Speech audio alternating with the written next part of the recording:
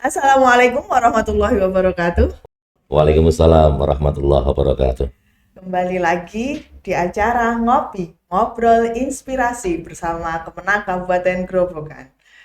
Pada kesempatan kali ini saya Salma, tentunya saya tidak sendirian kali ini karena saya ditemani seorang narasumber yang cukup dikenal di Kabupaten Grobogan, terutama di Kemenang, yaitu beliau adalah Ketua Asosiasi Penghulu Republik Indonesia atau APRI Kabupaten Grobogan. Beliau yaitu Bapak Nurholis. Selamat siang Bapak. Selamat siang. Assalamualaikum. Waalaikumsalam Mbak Salma. Apa kabar Bapak hari ini? Alhamdulillah sehat. Mbak Salma sehat juga ya? Alhamdulillah Alhamdulillah. Bapak. Ya. Karena narasumber kita kali ini adalah seorang penghulu, tentunya pembahasan kita kali ini tidak jauh-jauh dari soal pernikahan. Tema yang kita usung pada siang hari ini yaitu tentang pernikahan dini. Sebelumnya saya sampaikan informasi dari Pengadilan Agama Purwodadi, yaitu pada tahun 2022 itu ada 872 putusan tentang dispensasi pernikahan di bawah umur. Pada tahun 2023 ada 801 putusan dispensasi pernikahan di bawah umur, yang mana pada saat itu Kabupaten Grobogan dinobatkan sebagai nomor 2 tertinggi tentang dispensasi pernikahan di bawah umur setelah Kabupaten Cilacap.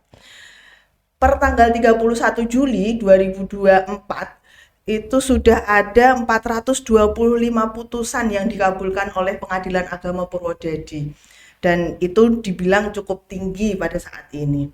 Nah, Pak Nurholis, sebenarnya yang dimaksud dengan pernikahan dini itu apa sih? Pernikahan dini ya. Pernikahan dini adalah pernikahan yang dilangsungkan antara pasangan yang mana pasangan itu di bawah usia minimal pernikahan. Yang dalam hal ini tentunya dari sisi jasmani maupun rohaninya itu belum matang dalam mengarungi kehidupan rumah tangga. Gitu.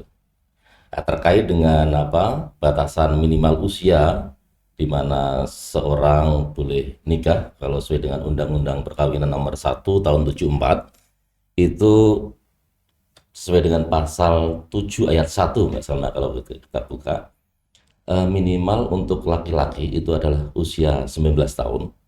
Kemudian untuk perempuan itu minimal 16 tahun.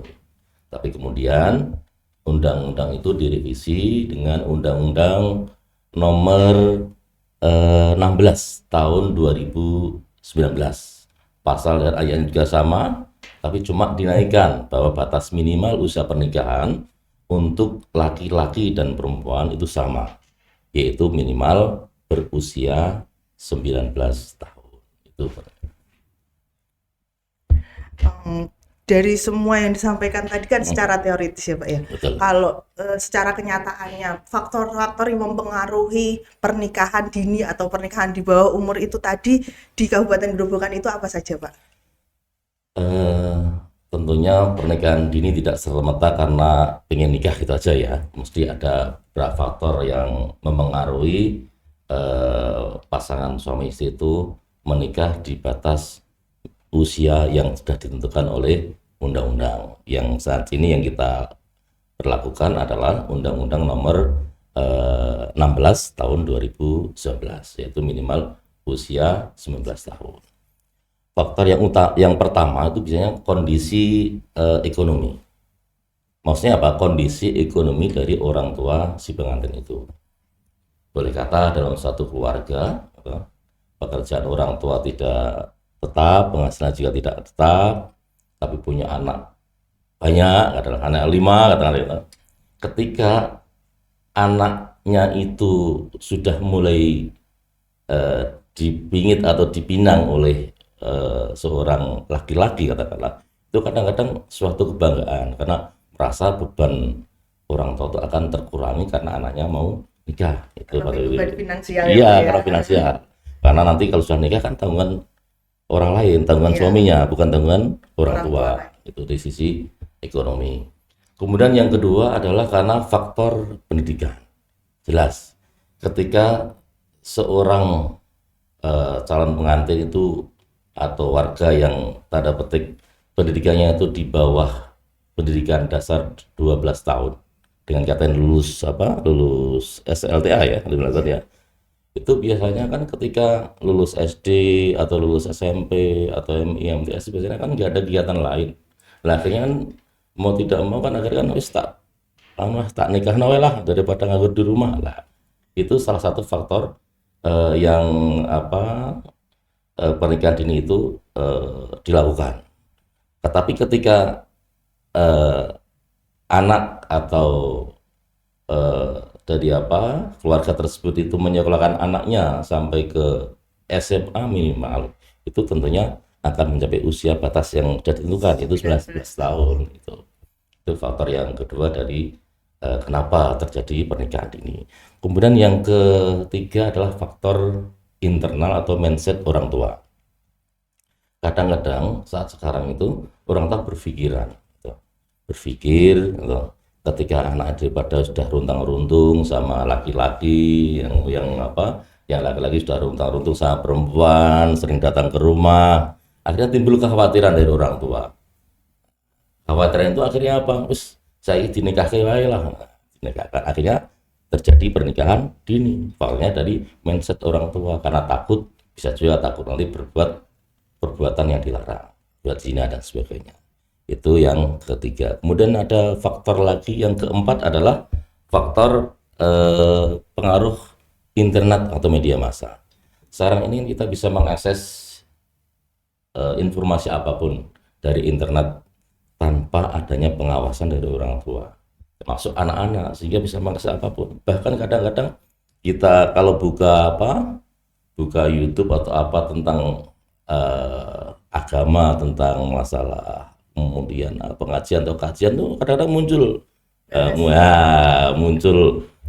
konten-konten yang mengarah ke situ lah. Ketika anak itu sudah terbiasa menggunakan HP, menggunakan internet tanpa ada istilahnya sandingan dari orang tua, bimbingan orang tua, kadang-kadang itu akhirnya terpengaruh melakukan perbuatan-perbuatan yang tanda petik akan menimbulkan yang namanya pernikahan di bawah umur atau pernikahan dini. Kemudian yang kelima, faktor yang juga mempengaruhi adanya pernikahan dini adalah adanya pergaulan bebas. Karena dengan saat sekarang ini kan kalau kita lihat di jalanan, seorang SMP pelajar SMP SMA itu kadang-kadang sudah satu sama lain tuh begitu dekatnya, kadang-kadang miris kita sebagai orang tua, nggak ada cara. Itu akan terjadi sesuatu yang tanda petik tidak diinginkan. Kadang-kadang non sewu, kalau sudah ada pergaulan bebas semacam itu, nanti kemudian ada hamil duluan lah, itu ketika sudah hamil orang tua nggak akan bisa berpikir panjang, ya wis karena sudah hamil ya nikahkan, walaupun usianya kadang masih di bawah usia yang diaturkan oleh undang-undang yang berlaku, yaitu kurang dari 19 tahun. Mungkin itu, Pak. Ini kan pasti kan ada beberapa yang mendaftar di KUA, terutama tempat tugas Pak Nurholis itu kan di KUA Purwodadi, itu pasti ada yang mendaftarkan calon pengantin yang usianya masih belum mencapai 19 tahun. Nah, di KUA sendiri itu sebenarnya prosedurnya seperti apa, Pak, ketika ada yang mendaftar di bawah usia 19 tahun? Kalau KUA itu sebetulnya tidak membedakan antara pendaftaran atau permohonan kehendak nikah yang usia di bawah usia 19 tahun maupun yang sama. Untuk persyaratan hampir sama. Cuma yang membedakan adalah kalau calon pengantin itu kurang dari 19 tahun, maka kita berikan pengertian. Kita berikan semacam pemahaman bahwasanya usianya masih kurang 19 tahun, maka tidak bisa dilaksanakan pernikahan. Untuk persyaratan yang diperlukan itu kalau daftar di KUA bagaimana biasa, tentunya satu ada KTP, ada fotokopi KK, berada akta kelahiran, ada pengantar dari desa, ada permohonan kehendak nikah yang disebut dengan N2, kemudian ada persetujuan suami istri, ya karena nggak mungkin nikah tidak ada persetujuan suami istri, satu senang satu nggak senang kan repot. Kemudian ada izin orang tua juga, izin orang tua manakala calon pengantin itu usianya kurang dari 21 tahun. Jadi tidak hanya sekedar izin secara lisan, tapi harus juga dibimbing dengan izin secara tertulis yang dituangkan dalam model N5. Jadi ketika itu sudah terpenuhi semua, kita laksanakan. Tapi manakala ada kendala terkait dengan usia di bawah 19 tahun, berarti harus kita tolak dengan model N7. Karena apa? Persyaratan yang dilampirkan terkait dengan permohonan keadaan nikah itu masih kurang. Karena ketika usia di bawah 19 tahun harus dilampiri, harus ada putusan dispensasi dari pengadilan agama. Gitu. Sangat rumit sekali ya Pak sepertinya ya. Iya. Kalau untuk nikah di bawah usia 19 Iya. tahun. Nah, ini kan sekarang ini banyak sekali instansi yang mengeluarkan tagline untuk stop pernikahan di bawah usia di bawah umur, stop pernikahan di bawah umur gitu ya Pak ya. Termasuk di Kemenak sendiri. Nah, apa saja pengaruh negatif dari pernikahan di bawah umur Pak? Sampai banyak instansi yang melarang atau menggalakkan stop pernikahan di bawah umur itu tadi. Ya jelas bahwa pernikahan yang di bawah umur atau yang kita kenal dengan pernikahan dini itu kan pertama dari sisi jasmaninya mesti ya belum memenuhi persyaratan, sisi kematangan. Dari sisi rohaniahnya, mentalnya juga karena usianya masih sangat-sangat muda, itu juga rentan terhadap permasalahan-permasalahan yang ada. Makanya ketika terjadi sebuah pernikahan dini, itu akan berakibat yang tidak baik kepada pasangan tersebut. Ya, yang pertama terutama dari sisi mental. Terus terang kalau seorang yang nikah di bawah usia 11 tahun yang mana sisi fisikis atau mentalnya itu kurang siap, ketika ada permasalahan-permasalahan yang hadapi dalam keluarga itu biasanya langsung semacam apa ya, ada depresi, ada stres karena ya itu karena belum mampu untuk mengatasi masalah dalam keluarga atau dalam rumah tangga. Iya, emosinya belum stabil, betul ya. Kemudian yang kedua, ketika emosinya belum stabil, ketika ada masalah dalam keluarga, akhirnya muncul yang namanya KDRT, kekerasan dalam rumah tangga. Karena emosinya kan belum stabil, masih labil. Akhirnya ketika ada masalah, dikit-dikit tangan ya, ya dikedepankan penting ini pokoknya ya, akhirnya ketika itu emosi tidak ada kontrol satu sama yang lain. Itu yang diantara yang terkait dengan dampak negatif daripada pernikahan dini. Bukan dari sisi yang lain, dari sisi fisik ya, fisik pernikahan dini itu kan usia-usia di bawah 19 tahun itu otomatis organ reproduksi itu memengaruhi terhadap anak yang nanti akan dilahirkan.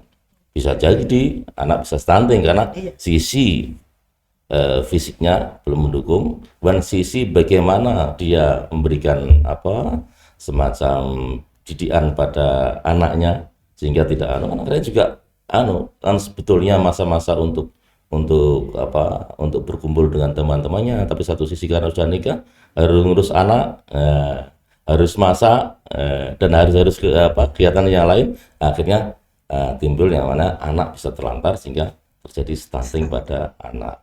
Seperti yang sedang dicanangkan pemerintah saat betul, ini ya, penurunan angka stunting juga. Iya, makanya sangat relevan antara stunting dengan pernikahan dini. Ya. Sama kalau kita bisa menekan pernikahan dini, insya Allah stunting juga tertekan juga angkanya. Iya, gitu. Yang terakhir nih Pak, sebagai Ketua APRI, Ketua Asosiasi Penghulu di Kabupaten Grobogan ini, bagaimana menanggapi tentang angka pernikahan dini yang masih tergolong tinggi di Kabupaten Grobogan ini Pak? Apa saja upaya yang bisa dilakukan? Kalau menanggapi tentang pernikahan dini, kadang-kadang kita juga miris juga ya. Kalau lihat data, kalau boleh kami lihat data ya, pernikahan yang saat ini di Kabupaten Grobogan untuk 1 Januari sampai 31 Juli, pernikahannya itu tercatat kami tadi melihat itu ada sekitar 7.542 peristiwa nikah. Itu setengah tahun lah. Mungkin dalam setahun mungkin bisa sampai 13.000 bahkan 15.000. Nah, dari 7.542 pernikahan itu yang di bawah umur itu jumlahnya adalah 427. Jadi saya hitung dari 427 dibagi 7,542 tinggalkan 100, akhirnya ketemu persentase. Berapa? 5,66. Dengan kata lain apa? Dalam peristiwa 100 peristiwa pernikahan, untuk pernikahan yang usia di bawah umur, di bawah 19 tahun, itu jumlahnya ada 5 sampai 6 orang yang nikah, kan juga sangat-sangat tinggi maksudnya. Iya. Nah, tapi kita percaya gitu, manakala kita kerja bersama-sama untuk bekerja untuk mengatasi terkait dengan masalah pernikahan dini gitu. Baik kita kerjasama dengan dinas-dinas terkait, baik ke puskesmas maupun ke BKKBN yang dalam ini DP3KAB dan dinas-dinas terkait yang lain, serta kita bekerjasama dengan masyarakat luas, pada tokoh agama, tokoh masyarakat untuk memberikan penyuluhan, memberikan bimbingan terkait dengan bahaya daripada pernikahan di bawah umur, sekaligus apa yang harus kita lakukan. Insya Allah ke depan Kabupaten Gerobokan tidak lagi menjadi peringkat 2, mungkin turun paling enggak peringkat 5-7 lah. Sebab kalau nggak ada kerja yang sinergitas kerja antara satu dengan yang lain dan dari dinas terkait, saya kira sangat berat kalau misalnya Kemenak berjalan sendiri, kemudian dinas kesehatan berjalan sendiri, DP3AB berjalan sendiri, itu lebih berat. Tapi manakala kita kerja bareng, bersinergi untuk menghadapi terkait dengan pernikahan dini yang sangat tinggi di Gerobokan, insya Allah 2 tahun ke depan akan menurun. Semakin Ya, turun ya Pak. ya Karena dari semakin tahun turun dari 2001, 2021, 2022, 2022, 2023 itu sebenarnya turun. turun. Cuma angkanya masih Masih tinggi, ya, karena peristiwa nikahnya itu kadang hitungannya kan tinggi pas waktu itu. Iya. Ya, mungkin itu. Ya. Baiklah, terima kasih atas penjelasannya Pak Ya, Nurholis untuk kesempatan kali ini. Semoga menjadi rujukan untuk sahabat Kemenak Kabupaten Gerobokan. Dan ingat, pernikahan bukanlah ajang perlombaan. ya, Tak perlu terburu-buru, persiapkan kehidupan pernikahanmu. Karena menikah butuh edukasi, bukan provokasi. iya. Terima kasih dari kami. Kurang lebihnya mohon maaf. Wallahul muwaffiq ila aqwamit thoriq. Assalamualaikum warahmatullahi wabarakatuh. Waalaikumsalam warahmatullahi wabarakatuh.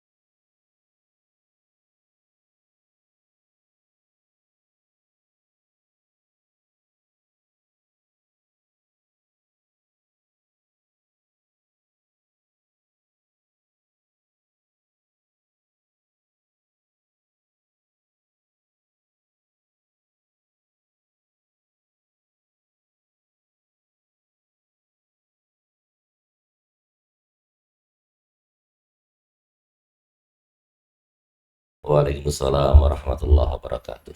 Kembali lagi pada acara Ngopi Ngobrol Inspirasi bersama Kemenang Kabupaten Grobogan. Pada kesempatan kali ini saya, Salma, tentunya tidak sendiri, saya bersama seorang narasumber yang cukup dikenal di Kemenang Kabupaten Grobogan. Beliau adalah Ketua Asosiasi Penghulu Republik Indonesia Kabupaten Grobogan atau APRI Kabupaten Grobogan.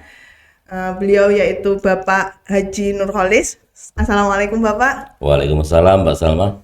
Apa kabar hari ini Bapak? Alhamdulillah baik. Sehat juga Mbak Salma ya? Alhamdulillah. Oke, karena narasumber kita kali ini adalah seorang penghulu, tentunya pembahasan kita tidak jauh-jauh dari pembahasan pernikahan. Tema pada kesempatan kali ini yaitu tentang pernikahan dini. Sebelumnya saya sampaikan informasi dari PA Purwodadi pada tahun 2022 itu sudah ada putusan dispensasi perkawinan sebanyak 872 selama 1 tahun, dan pada tahun 2023 ada 801 putusan yang mana pada tahun tersebut dinobatkan sebagai tertinggi kedua se-Jawa Tengah setelah Kabupaten Cilacap. Dan informasi selanjutnya per tanggal 31 Juli 2024 itu ada 425 putusan yang dikabulkan sebagai dispensasi perkawinan. Nah, Pak